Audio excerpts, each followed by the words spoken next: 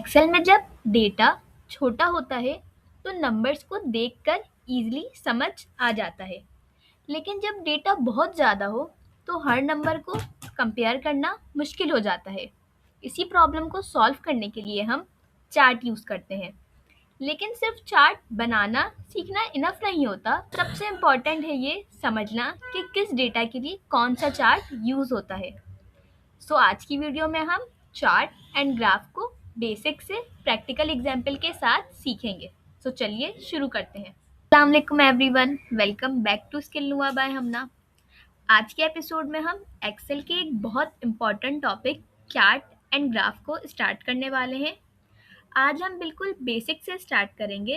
पहले हम समझेंगे चार्ट होता क्या है, देन उसके यूजेस, उसके बाद हम प्रैक्टिकल एग्जाम्पल के साथ column chart, bar chart and line chart और पाई चार्ट बनाएंगे। और हर चार्ट बनाने से पहले मैं आपको बताऊंगी कि उस चार्ट का पर्पस क्या है, ताकि आपको सिर्फ स्टेप याद ना करना पड़े बल्कि कॉन्सेप्ट भी समझ आ जाए। Let's start. सबसे पहले समझते हैं चार्ट होता क्या है। मेरे पास यहाँ मंथली सेल्स डेटा गिवन है।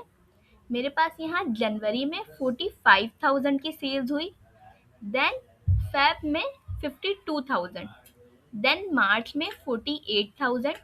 इसी तरह मेरे पास बाकी मंथ की भी सेल्स गिवन है। अब अगर मैं इस डेटा को सिर्फ टेबल की फॉर्म में देखूं तो मुझे हर नंबर को कंपेयर करना पड़ेगा। लेकिन अगर मैं इसी डेटा को चार्ट में कन्वर्ट कर दूं तो मुझे एक नज़र में आइडिया हो जाएगा कि किस मंथ में सेल्स हाई थी और किस मंथ में सेल्स लो थी। यानी हमारे पास चार्ट हमारे डेटा को एक इमेज फॉर्म में रिप्रेजेंट करता है, ताकि हमारे लिए डेटा को समझना और कंपेयर करना आसान हो जाए और उसमें पैटर्न्स देखना भी हमारे लिए फिर इजी हो जाता है। उस इमेज की हेल्प से हम इजीली बता सकते हैं कि किस मंथ में हमारी सेल्स हाई थी और किस मंथ में हमारी सेल्स लो थी। अब सबसे पहला सवाल सबके जहनों में ये आता है कि जब टेबल ऑलरेडी अवेलेबल है तो चार्ट की ज़रूरत ही क्यों पेश आती है।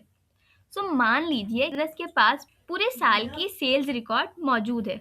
अगर मैनेजर को सिर्फ टेबल दिखा दिया जाए तो उसे हर मंथ की वैल्यू रीड करनी पड़ेगी। लेकिन अगर हम उसी वैल्यूज को, उसी डेटा को चार्ट में कन्वर्ट कर दें तो मैनेजर एक ही नज़र में बता देगा कि किस मंथ की सेल्स हाई थी और किस मंथ में सेल्स कम हुई, और वो ओवरऑल सेल्स का ट्रेंड भी देख सकता है, साल हमारी सेल्स इंक्रीज हुई है या डिक्रीज हुई है। इसीलिए चार्ट का मेन पर्पस है कि वो हमारे डेटा को आसान ज़बान में रिप्रेजेंट करता है।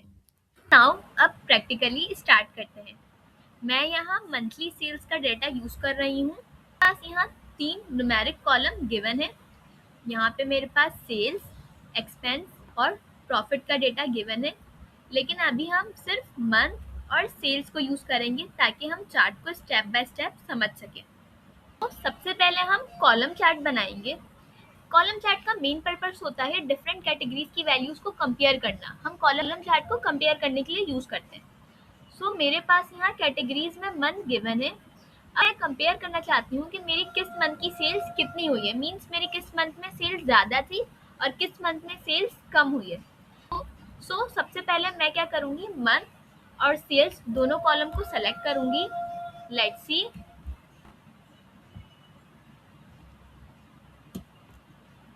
सी, मैंने यहाँ मंथ और सेल्स दोनों कॉलम को सेलेक्ट कर लिया है।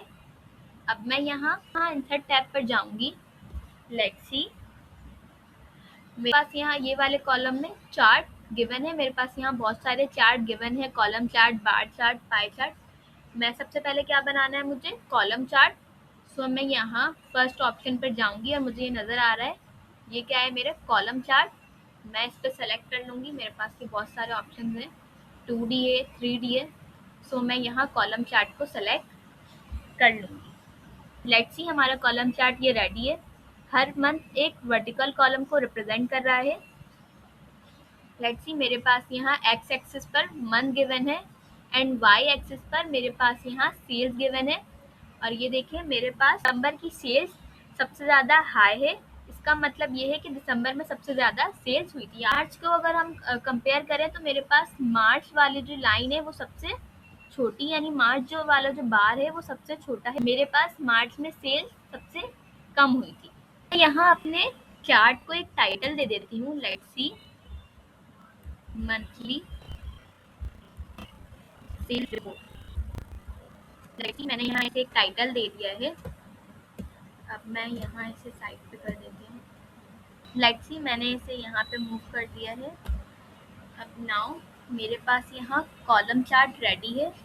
अब मैं इसी डेटा से बार चार्ट बनाऊंगी। बार चार्ट का पर्पस भी कंपैरिजन होता है।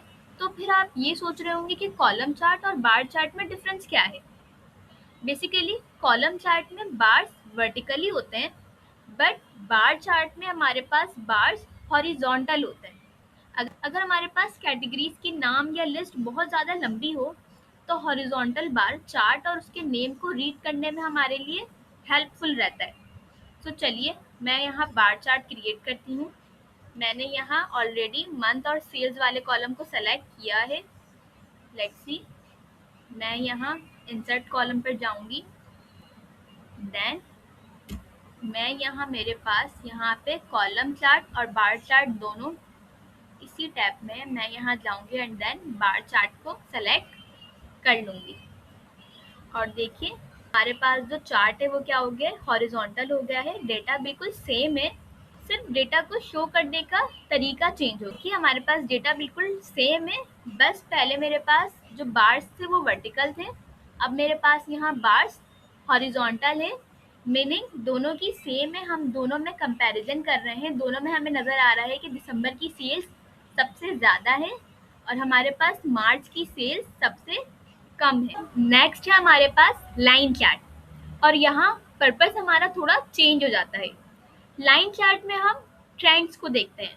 ट्रेंड्स का मतलब है कि टाइम के साथ साथ डेटा किस डायरेक्शन में मूव कर रहा है। मींस कि हमारे पास हमारा जो डेटा है, जो हमारी सेल्स है, वो ऊपर जा रही है या फिर नीचे आ रही है। यहाँ हमारे सेल्स डेटा में जनवरी से लेके दिसंबर तक की सेल्स मूवमेंट देखना चाहती हूँ। सो मैं सिंपल यहाँ पर अपने मंथ और सेल्स वाले कॉलम को सेलेक्ट करूंगी। लेट्स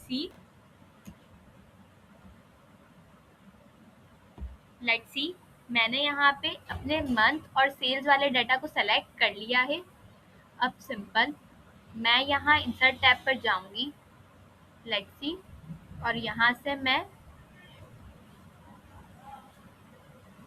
लाइन चार्ट को सेलेक्ट कर लूँगी। लेट्स सी मैंने यहाँ से लाइन चार्ट को सेलेक्ट कर लिया है। मेरे पास यहाँ और भी ऑप्शंस गिवन है लाइन चार्ट में, 2D देन 3D। मैं यहाँ देख सकती हूँ कि मेरे पास यहाँ पे मेरी जो रेंज है वो जनवरी से दिसंबर तक इंक्रीज़ हो रही है। पहले जनवरी में मेरे पास यहाँ पे मेरी सेल्स कम थी, बट दिसंबर में आते आते मेरी सेल्स इंक्रीज़ हो गई है। आप देख सकते हैं कि हम इजीली बता सकते हैं कि हमारे पास मार्च में सेल्स कम थी, देन दिसंबर में सेल्स इंक्रीज़ हुई है और हमारी ओवरऑल ईयर की सेल्स इंक्रीज़ हुई है, यानी अपवर्ड गई है। जनवरी में हमारी सेल्स कम थी, बट मेरे पास साल के एंड में दिसंबर में सेल्स इंक्रीज़ हो गई है। सो नाउ अब हम बनाएंगे पाई चार्ट। लेकिन चार्ट बनाने से पहले ये समझना ज़रूरी है कि पाई चार्ट बनाते क्यों हैं।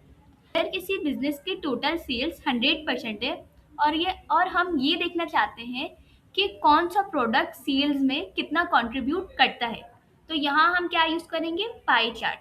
यानी पाई चार्ट में पूरा सर्कल हमारा टोटल होता है और उस सर्कल के डिफरेंट पीसेस या स्लाइसेस हमारे कैटेगरीज का शेयर रिप्रेजेंट करता है। अब इसी कॉन्सेप्ट को हम एक्सेल में प्रैक्टिकली देखते हैं। सबसे पहले मैं यहाँ पे मंथ और सेल्स वाले कॉलम को सेलेक्ट करती हूँ। लेट्स सी मैंने यहाँ दोनों कॉलम को सेलेक्ट कर लिया है।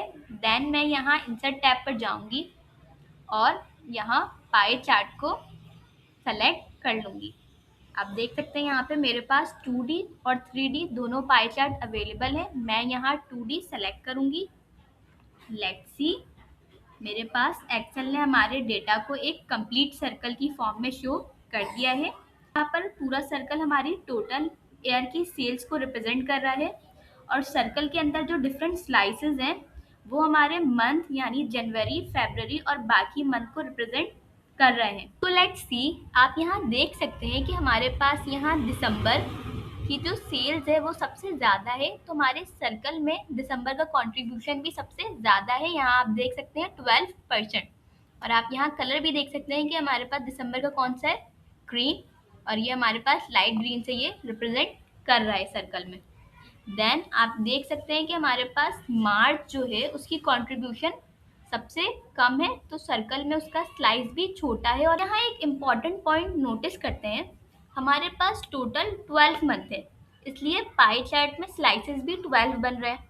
तो हमारा चार्ट टेक्निकली तो करेक्ट है, लेकिन अगर हम चार्ट को गौर से देखें तो हमारा चार्ट जो है थोड़ा क्राउडेड लग रहा है।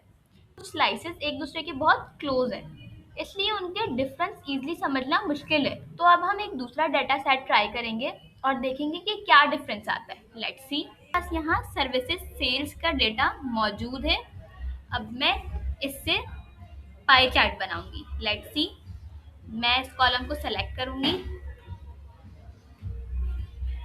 And then simple insert tab पर जाकर मैं पाई चार्ट को सेलेक्ट कर लूँगी। आप यहाँ देख सकते हैं कि मेरे पास 2D और 3D दोनों है। मैं यहाँ 2D को सेलेक्ट करूँगी। लेट्स सी, मेरे पास यहाँ पाई चार्ट बन गई है। देख सकते हैं कि मेरे पास ये पूरा सर्कल सेल्स को रिप्रेजेंट कर रहा है। हर स्लाइस एक सर्विस का टोटल सेल्स में शेयर शो कर रहे हैं। आप देख सकते हैं कि मेरे पास यहाँ वेबसाइट का शेयर सबसे ज़्यादा है 31%। एंड देन हमारे पास यहाँ पे सबसे कम शेयर जो है वो किसका है, चैटबॉट का, कितना, 30%। अब दोनों चार्ट में फ़र्क क्या था, जो मैंने इस वाले डाटा से बनाया और जो मैंने इससे पहले मंथली सेल्स वाले डाटा से बनाया है। सेल्स वाले चार्ट में 12 कैटेगरीज थी, इसलिए चार्ट हमारा थोड़ा क्राउडेड लग रहा था। बट यहाँ पे हमारे पास सिर्फ 4 कैटेगरीज हैं, इसलिए हर स्लाइस क्लियरली विजिबल हो रहा है और हमारे लिए कंपैरिजन करना इजी हो गया है। तो हमारी एग्जाम्पल में सर्विस सेल वाला पाई चार्ट बेटर है, क्योंकि इन्फॉर्मेशन ज़्यादा क्लियरली और हमारे लिए रीडेबल है। सो हमारे पास पाई चार्ट बेस्ट होता है 4 या 5 कैटेगरीज के लिए। अगर हमारे पास कैटेगरीज लिस्ट बहुत ज़्यादा हो तो हमारे पास पाई शीट करेक्ट तो होता है, बट हमें समझने में थोड़ी मुश्किल पेश आती है। तो अब मैं आपको एक सिंपल ट्रिक बताती हूँ, जिससे आप चार्ट को ईजिली चूज करना समझ जाएंगे। अगर आपसे पूछा जाए कि मुझे कैटेगरीज को कंपेयर करना है, तो आप क्या यूज़ करेंगे, कॉलम चार्ट या बार चार्ट।